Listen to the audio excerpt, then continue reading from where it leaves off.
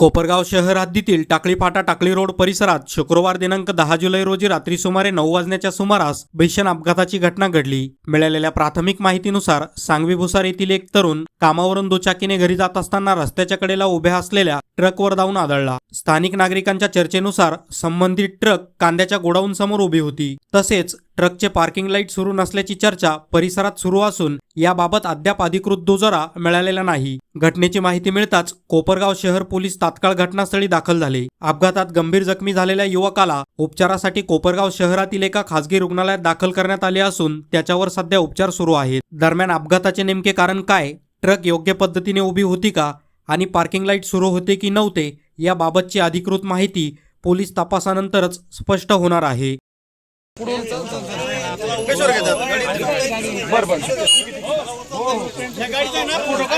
Photo करायचे केस करा या गाडीवर ठीक आहे, नॉर्मल आहे, बरोबर आहे। मेला गेला मग काय करायचं?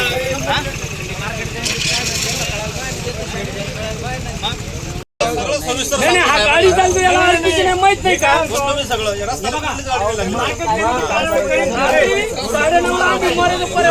माहिती का?